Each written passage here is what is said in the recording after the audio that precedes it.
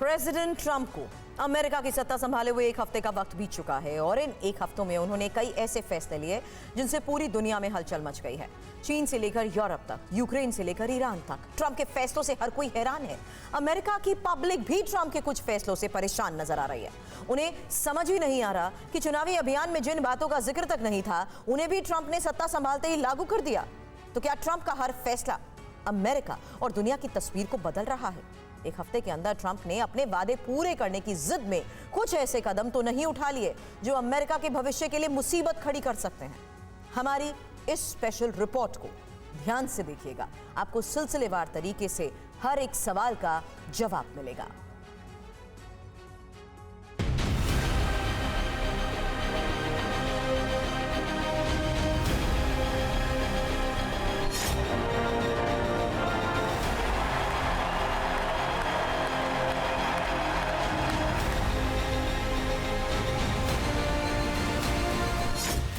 Trump के कार्यकाल का पहला हफ्ता, यूएस और दुनिया में क्या क्या बदला।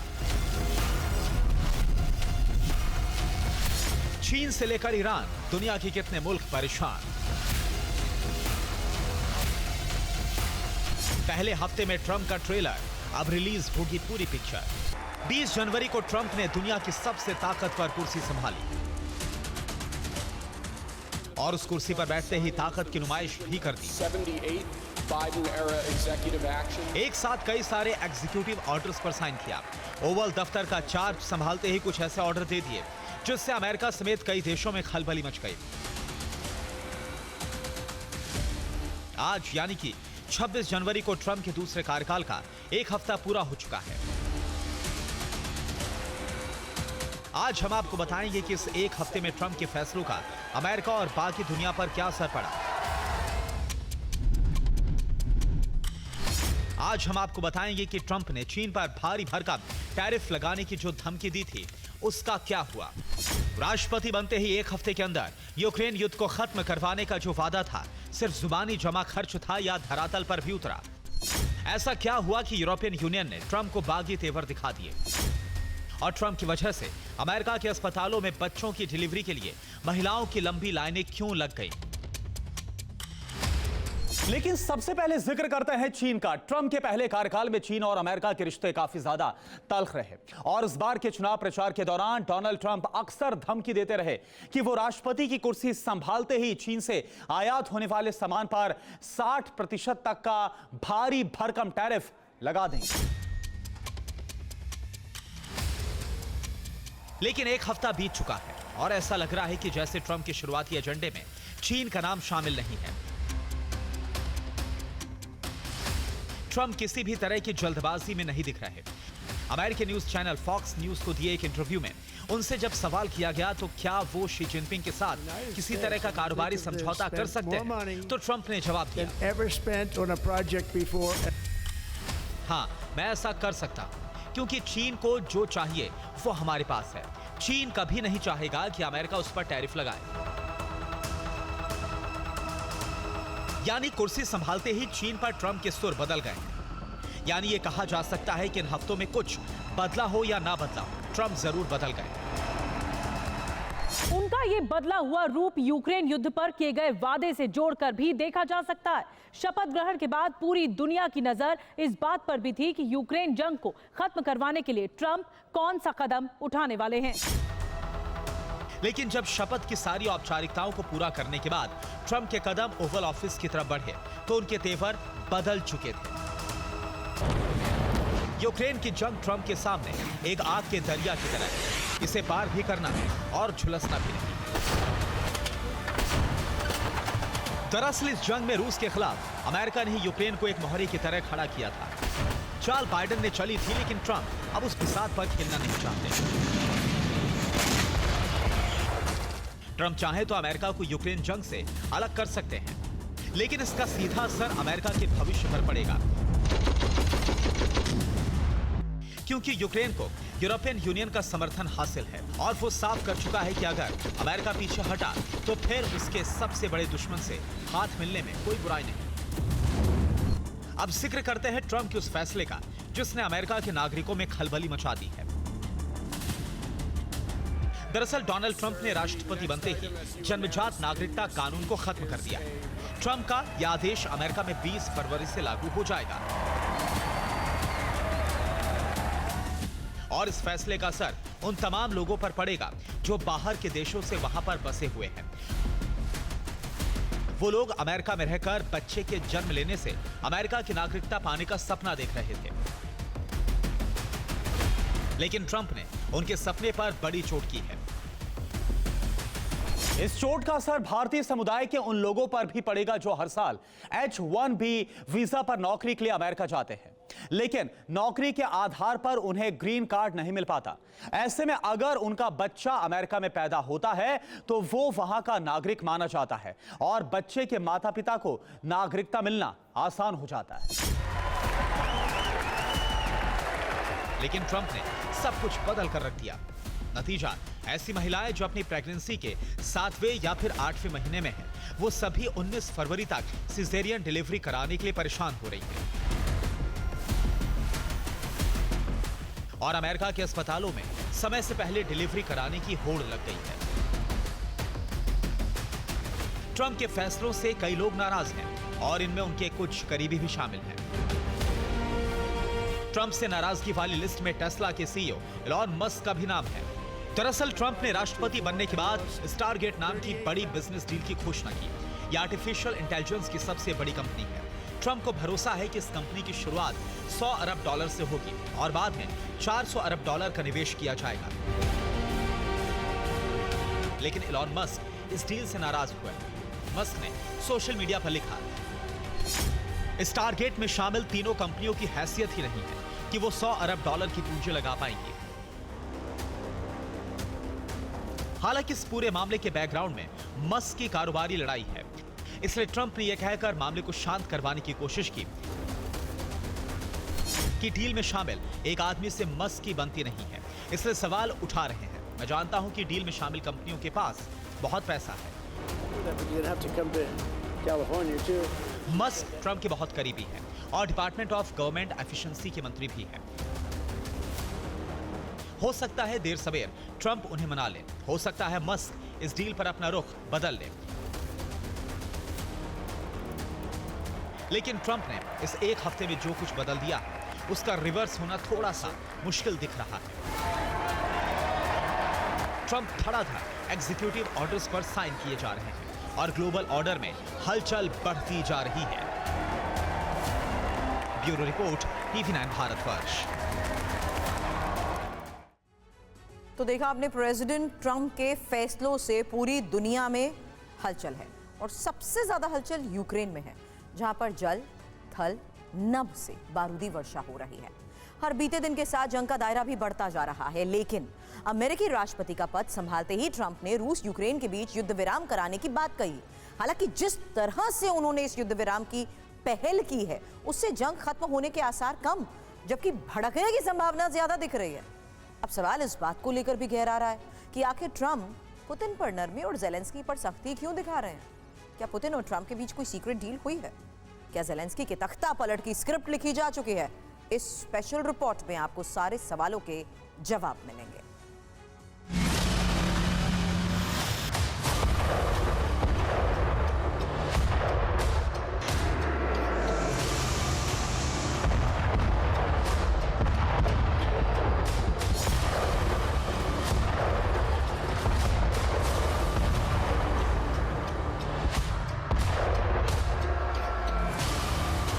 Zelensky, I will say this, he wants to settle now. He's had enough.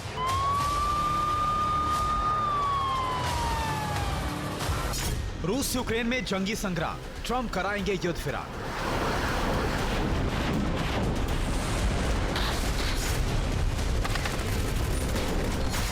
Putin Trump में संधि, मुश्किल में ज़ेलेंस्की।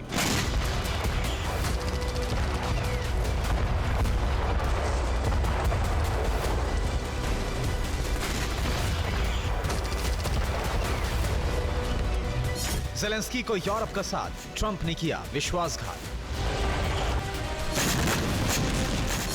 महायुद्ध का अलर्ट, ज़ेलेंस्की का तख्ता पलट।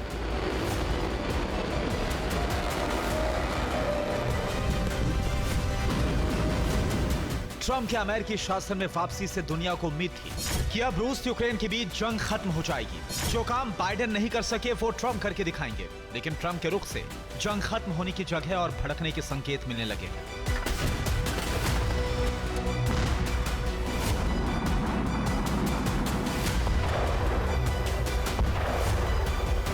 ट्रंप लगातार रूसी राष्ट्रपति को अल्टीमेटम दे रहे हैं, जंग को रोकने की अपील कर रहे हैं। साथ ही ज़ेलेंस्की को जंग का दोषी करार दे रहे हैं। साफ कह रहे हैं कि अगर ज़ेलेंस्की चाहते तो जंग को टाला जा सकता था।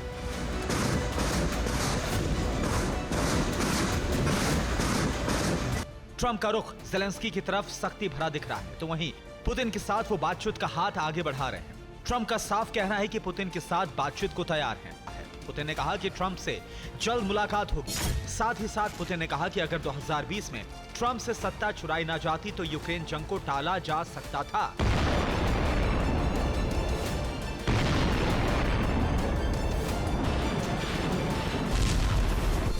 उधर ज़ेलेंस्की पुतिन को लेकर ट्रंप और अमेरिकी प्रशासन को लगातार सचेत करने की कोशिश करते नजर आ रहे हैं।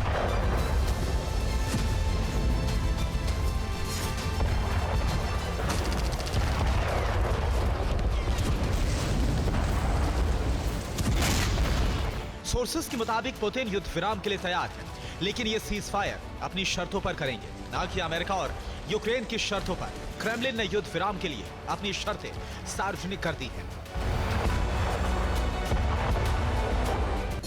सीज फायर के लिए पुतिन की शर्त क्या है, अब इसे समझिए। रूस की शर्त है कि जिस डोनबास पर रूस का कब्जा हो चुका है वो पूरा इलाका रूस का इलाका माना जाए। दूसरी शर्त है कि डोनबास की आधिकारिक भाषा रूसी भाषा को घोषित किया जाए। तीसरी शर्त यह है कि यूक्रेन को नेटो की सदस्यता ना दी जाए। चौथी शर्त यह कि युद्ध विराम के बाद यूक्रेन के पास सिर्फ 50,000 सैनिक ही रहे। पांचवी और अंतिम शर्त यह है कि फ्रंटलाइन पर मौजूद नेटो के हथियारों को खत्म किया जाए। एक तरफ पुतिन अपनी शर्तों को लेकर अड़े हुए हैं, तो दूसरी तरफ ज़ेलेंस्की ने भी साफ कर दिया है कि जब तक रूसी फौज 2022 में जंग से पहले वाली स्थिति में वापस नहीं लौटती, वो किसी भी तरह की बात करने को राजी नहीं होंगे। यानी जिस युद्ध विराम के बाद ट्रंप कर रहे हैं वो दूर दूर तक होता नजर नहीं आता। ऐसे में सवाल उठ रहा है कि क्या ज़ेलेंस्की के तख्ता पलट की पटकथा लिखी जा चुकी है? तख्ता पलट की खबरों के पीछे सबसे बड़ी वजह मानी जा रही है ट्रंप की प्राथमिकताओं में यूक्रेन का ना होना। ट्रंप प्रशासन ने विदेशी सहायता कार्यक्रम पर रोक लगा दी है। यानी यूक्रेन को अब अमेरिका ना तो हथियार देने वाला है, ना ही उसे कोई फंड अमेरिका देगा।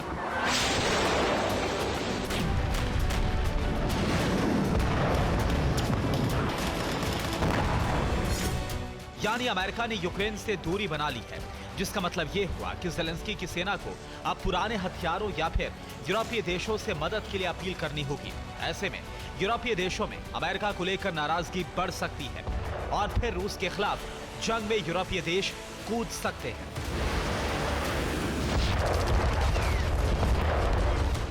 ज़ेलेंस्की कमजोर पड़े तो उनके खिलाफ यूक्रेन की जनता में असंतोष का भाव पैदा हो सकता है और इसका फायदा पुतिन उठा सकते हैं और फिर तख्ता पलट की साजिशों को अमली जामा पहनाया भी जा सकता है।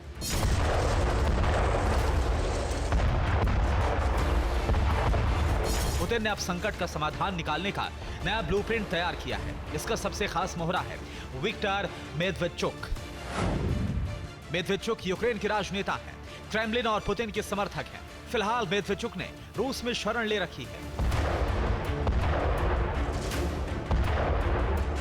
पुतिन का प्लान है कि ज़ेलेंस्की को सत्ता से हटाकर मेदवेडचुक को राष्ट्रपति बनाया जाए। मेदवेडचुक रूस की शर्तों पर तैयार होकर सीज फायर लागू करा सकते हैं। ज़ेलेंस्की को इस बात का अंदेशा पहले से था कि ट्रंप अगर सत्ता में आए तो फिर उनकी मुश्किलें बढ़ सकती हैं। यही वजह है कि वो लगातार ट्रंप को जंग में यूक्रेन की मदद करने की अपील करते दिखे। ट्रंप के लिए रूस यूक्रेन जंग को रुकवाना उनकी साख का सवाल बन गया है। लेकिन जिस तरह के समीकरण बन रहे हैं उससे तो साफ नजर आता है कि ये युद्ध और भी भीषण होने वाला है। Bureau report, TV9 Bharatvarsh.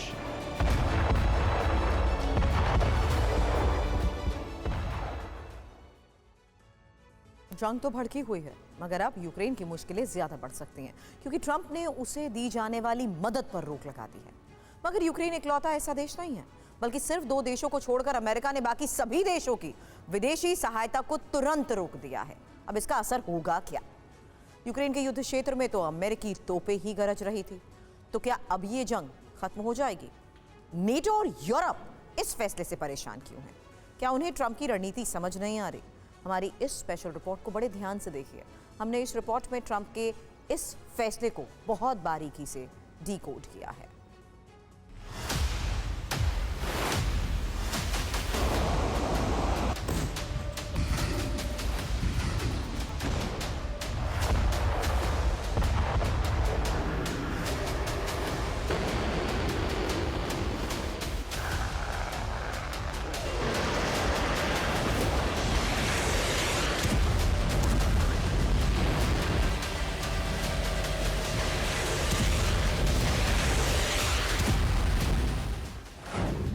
Ukraine की मदद पर ट्रंप का वीटो, फंस गया ईयू, क्या करेगा नेटो?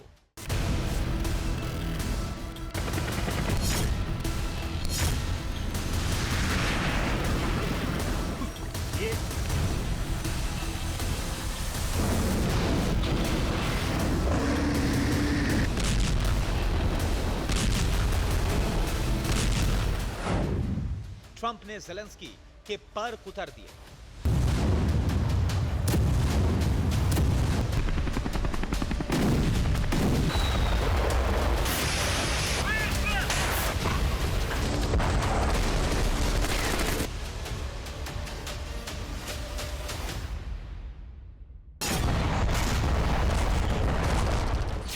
आखिर जिस बात का अंदेशा था वही हुआ।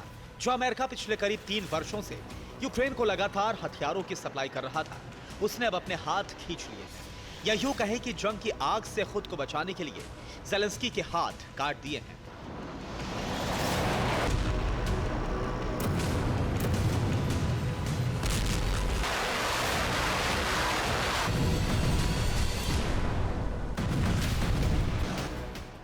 रूस के खिलाफ चल रही जंग में अगर यूक्रेन की आर्मी पिछले 3 वर्षों से टिकी हुई है, तो उसके पीछे की सबसे बड़ी वजह है अमेरिका से आने वाले आधुनिक हथियार। फिर चाहे वो सबसे घातक अब्राम्स टैंक हो या अमेरिका की आधुनिक असॉल्ट राइफल्स। अमेरिका के इन हथियारों ने न सिर्फ पुतिन की पलटन को रोके रखा, बल्कि ज़ेलेंस्की की फौज का हौसला भी बढ़ाया।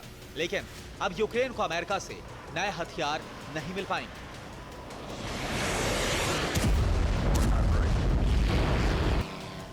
क्योंकि डोनाल्ड ट्रंप ने अमेरिका से बाकी देशों को दी जाने वाली विदेशी सहायता पर रोक लगा दी है। इसमें यूक्रेन को दी जाने वाली सैन्य और वित्तीय मदद भी शामिल है। ट्रंप के आने के बाद ये यूक्रेन को लगने वाला सबसे बड़ा झटका है। रूस पर आक्रमण करने के लिए यूक्रेन की आर्मी बहुत हद तक अमेरिका की मदद पर निर्भर थी।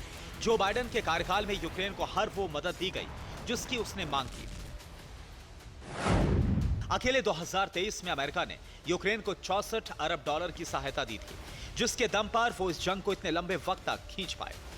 अब यूक्रेन पर संकट के बादल मंडराने लगे हैं, क्योंकि हथियारों और गोला बारूद की सप्लाई नहीं होगी तो आर्मी जंग कैसे लड़ेगी।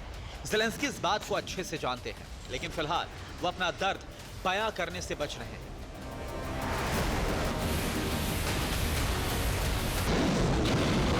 फिलहाल तो यही लग रहा है कि ट्रंप ने अपने हाथ इस जंग से पीछे खींच लिए हैं। हालांकि नेटो और यूरोपियन यूनियन अभी भी ज़ेलेंस्की के साथ खड़े हैं। यूक्रेन के चक्कर में ये दोनों पुतिन से दुश्मनी मोल ले चुके हैं और वो दुश्मनी उस मोड़ तक पहुंच चुकी है जहां से कोई भी यूटर्न नहीं है।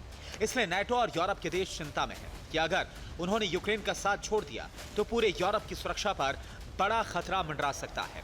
नेटो तो खुलकर अपनी चिंता जाहिर कर चुका है।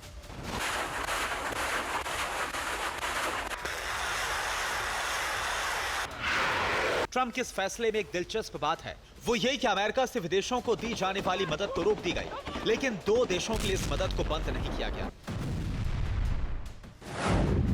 उनमें पहला नाम है इजराइल का, जिसे अमेरिका हर साल करीब $4 बिलियन की सहायता देता है, और दूसरा नाम है इजिप्ट, जो अमेरिका से हर साल करीब $2 बिलियन की मदद लेता है। यहां पर यह समझने वाली बात है कि इजिप्ट को 1979 में इजराइल के साथ शांति संधि के तहत अमेरिका की तरफ से सैन्य मदद मिलती है, जो जारी रहेगी। लेकिन अमेरिका ने इजराइल को दी जाने वाली सैन्य मदद क्यों नहीं रोकी? क्या इजराइल के बहाने ट्रंप कहीं और निशाना लगाना चाहते हैं? कहीं ऐसा तो नहीं कि अगर इजराइल की सप्लाई रोक दी गई तो ईरान को रोकना मुश्किल हो जाएगा? ट्रंप की यह विदेश नीति फिलहाल कई लोगों को समझ नहीं आ रही, क्योंकि उनके इस फैसले का असर केवल यूक्रेन पर ही नहीं पड़ेगा। दुनिया के कई देश हैं जो कि अमेरिका से मिलने वाली मदद पर निर्भर हैं। पूरी दुनिया में अमेरिका इकलौता ऐसा देश है जो कि सबसे ज्यादा विदेशी सहायता देता है, खासतौर पर उन अफ्रीकी देशों को जहां पर ज्यादातर लोग गरीबी रेखा से नीचे जीवन जी रहे हैं और आए दिन वहां पर कोई ना कोई गंभीर बीमारी जन्म ले लेती है। ऐसे में उन बीमारियों के इलाज और दवाओं के लिए दी जाने वाली मदद भी रुक जाएगी। हो सकता है कि अब उन देशों को अपनी मदद के लिए किसी दूसरे विकल्प की तलाश करनी पड़े। ट्रंप के इस फैसले को अमेरिका फर्स्ट की नीति से जोड़कर देखा जा रहा है। अपने चुनाव अभियान में वो अक्सर अमेरिका फर्स्ट पॉलिसी का जिक्र करते थे। ट्रंप का कहना था कि अमेरिका के संसाधनों का मुख्य उद्देश्य अमेरिकी नागरिकों की सेवा होनी चाहिए, इसलिए विदेशी सहायता को कम करने पर ध्यान देना बहुत जरूरी है। उस वक्त लोगों ने सोचा नहीं होगा कि ट्रंप कितनी दूर तक सोच रहे हैं। अक्सर वो यूक्रेन युद्ध को खत्म करवाने की बात कहते थे, लेकिन उसके लिए वो इतना बड़ा फैसला लेंगे ये किसी ने नहीं सोचा था। Bureau report, TV9 Bharatvarsh.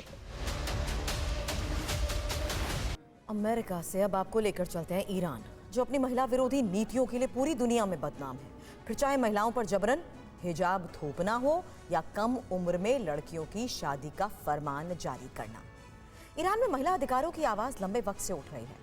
मगर उस आवाज को सुनने की बजाय वहां की सरकार ने अपने कान और अपनी आंखें बंद की हुई हैं। इस बार ईरान की सरकार ने अपनी आंखें खोली तो उसे 2 लड़कियां नजर आई, जिन्होंने अपने एक डांस का वीडियो इंस्टाग्राम पर शेयर किया।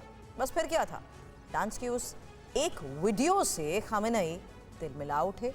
फिर वहां की पुलिस ने ऐसा कदम उठाया जिसकी किसी ने कल्पना तक नहीं की थी। हमारी ये रिपोर्ट ध्यान से देखिएगा।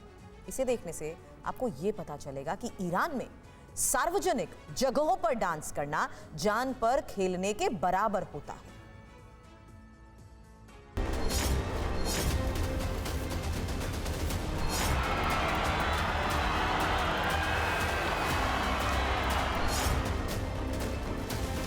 इन लड़कियों के वायरल होने की वजह इनकी ये इंस्टाग्राम रील नहीं, बल्कि इनकी गिरफ्तारी।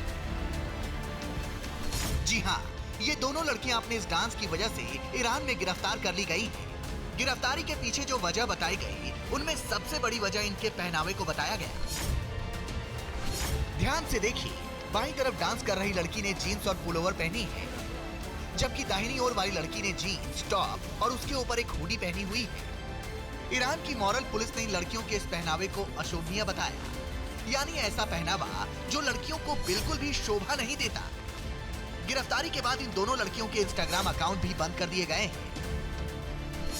एक और बात, जिस जगह ये लड़कियां डांस कर रही हैं, वो ईरान का एक वॉर मेमोरियल है, इसलिए उन पर शहीदों के अपमान का भी आरोप लगाया गया है। इस वक्त ये दोनों लड़कियां ईरान की किसी जेल में बंद हैं और अपने डांस वाले गुनाह के लिए सजा का इंतजार कर रही हैं।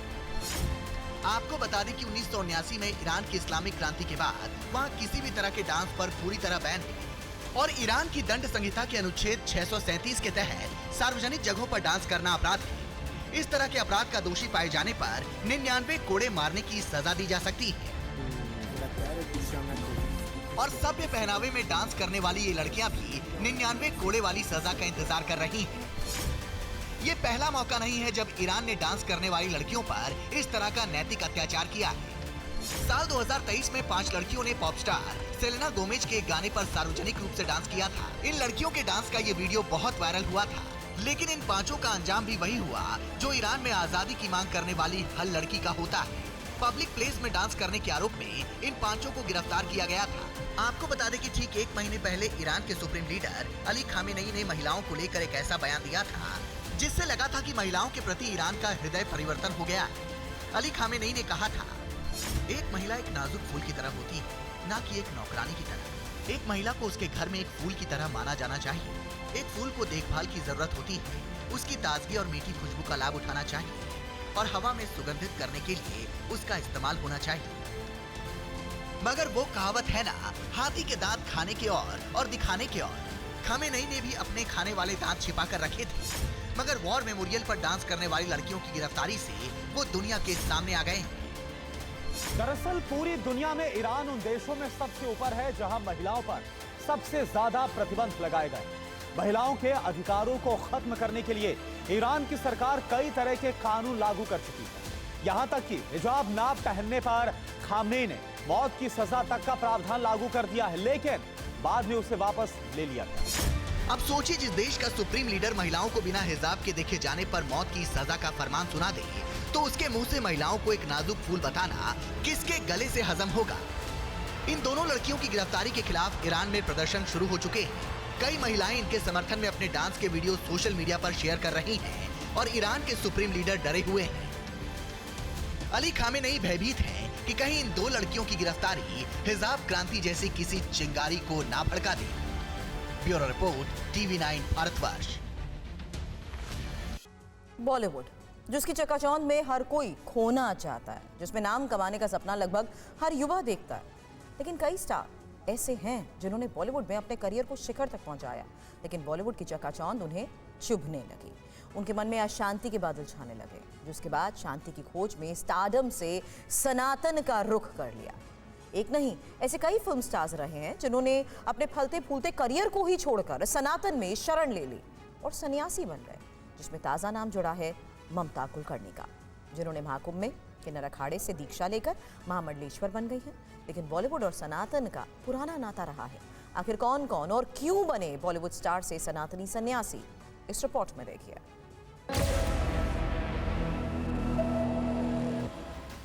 90 के दशक में बॉलीवुड की बड़ी सनसनी, जिन्होंने उस दौर में न सिर्फ बॉलीवुड पर राज किया, बल्कि उस दौर के हर मशहूर एक्टर के साथ स्क्रीन भी शेयर किया। कभी स्टारडस्ट मैगजीन में टॉपलेस फोटोशूट के लिए विवादों में घिरी, तो कभी ड्रग्स तस्करी विवाद में नाम। 90 के दौर में फिल्मी दुनिया पर राज करने वाली अभिनेत्री फिल्मी दुनिया से गायब हो गई और फिर 53 साल की उम्र में प्रयागराज की धरती पर नजर आई, वो भी महामंडलेश्वर के अवतार में।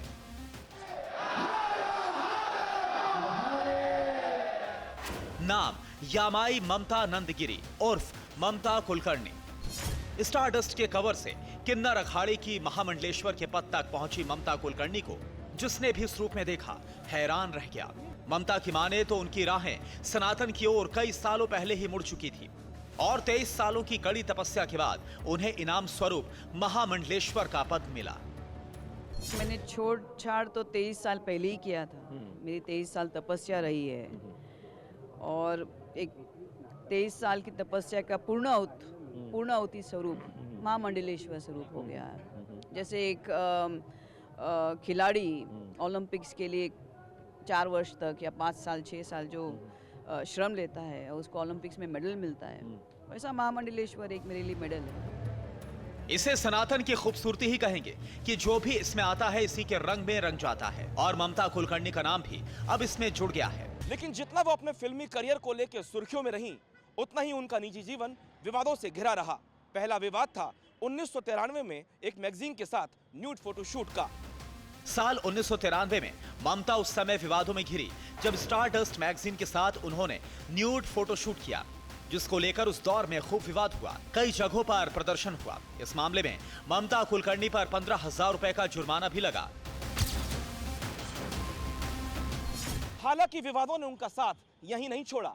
बॉलीवुड छोड़ने के बाद उनका नाम जोड़ा गया दुबई में रहने वाले underworld drug mafia Vicky Goswami से। 2015 में अचानक उन पर ड्रग्स तस्करी के आरोप लगे और उन्हें केन्या में हिरासत में भी लिया गया। खबरें ये भी आई कि अंडरवर्ल्ड ड्रग तस्कर विक्की गोस्वामी से उन्होंने शादी कर ली है। हालांकि इस पर वो हमेशा चुप्पी साधे रही। अपराध की दुनिया के बाद अब ममता अध्यात्म की ओर मुड़ चुकी है। लेकिन ममता इकलौती बॉलीवुड अदाकारा नहीं है जिन्होंने अध्यात्म की ओर रुख किया। बॉलीवुड के बाबा कनेक्शन का इतिहास बहुत पुराना है, जिसमें सबसे बड़ा नाम है विनोद खन्ना। 70 के दशक में मोस्ट गुड लुकिंग हीरो का खिताब पाने वाले विनोद खन्ना बॉलीवुड में उस दौर के सबसे सफल अभिनेताओं में से एक थे। लगातार उनकी फिल्में बॉक्स ऑफिस पर झंडे गाड़ रही थीं।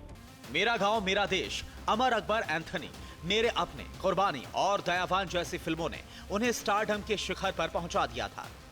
फिर एक दिन स्टारडम की चकाचौंध से मन अचानक उबा तो संन्यास धारण कर लिया और बन गए सन्यासी।